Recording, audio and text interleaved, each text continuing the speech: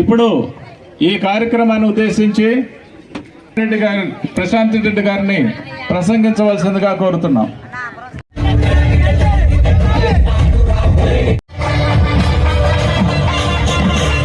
గుంటలో 25 లక్షలతో తాగునీటి వసతి కల్పించే పైప్ లైన్ ని ప్రారంభించుకోవడం జరిగింది.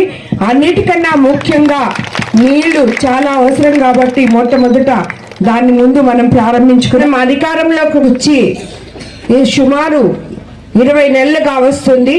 20 నెలల నుంచి ఎలక్షన్స్ ముందు మన ముఖ్యమంత్రి చంద్రబాబు నాయుడు గారు ఏవైతే మీకు ప్రామిస్ చేశారో సూపర్ 6 పథకాలు అని చెప్పి మీ ముందరికి వచ్చాం మేము ఓట్ల ముందు, అవన్నీ కూడా మనం సూపర్ హిట్ చేసుకున్నాము అని చెప్పి మీకందరికీ నేను తెలియజేసుకుంటున్నాను.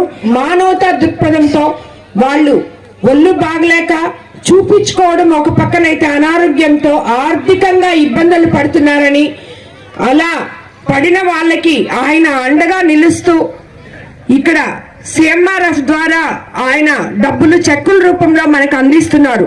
మన కోవూరు కాన్స్టిట్యున్సీలో ఇప్పటి వరకు సుమారు 7 కోట్ల రూపాయలని కాన్స్టిట్యున్సీ ప్రజలకు అందరికీ సీఎం గారు సహాయం నుంచి వాళ్ళ ఆరోగ్య అవసరాల నిమిత్తం అందించడం జరిగింది. ఇప్పటి వరకు 70 లక్షల రూపాయలతో పనులు ఇక్కడ స్టార్ట్ చేశాం. అవన్నీ కూడా పూర్తి చేస్తాం.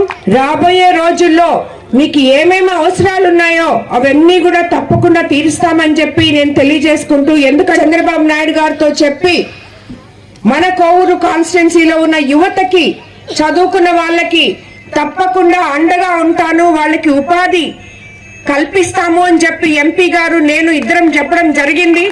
అదే విధంగా ఈరోజు ఇస్కాన్ సెజ్ లో ఆల్మోస్ట్ 2 ఎథనాల్ ఫ్యాక్టరీలు, ఇంకొకటి అన్నిటికన్నా పెద్ద బ్రాండింగ్ కంపెనీ టాటా వాళ్ళది ఒక సుమారు 1000 మందికి ఉద్యోగ అవకాశాలు వచ్చే విధంగా కూడా వస్తుంది.